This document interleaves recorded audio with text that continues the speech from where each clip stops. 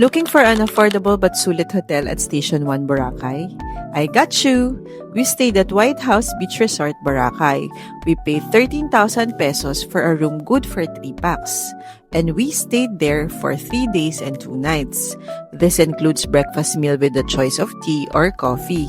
May checklist sila of the food choices and then you can submit it the night before sa reception area. The staffs are friendly and welcoming. Ito yung room namin. May queen-size bed and single bed, and a toilet and bath with hot and cold shower. May restaurant din within the vicinity. Ang pangalan nun ay Indios Bravos. Meron din silang poolside.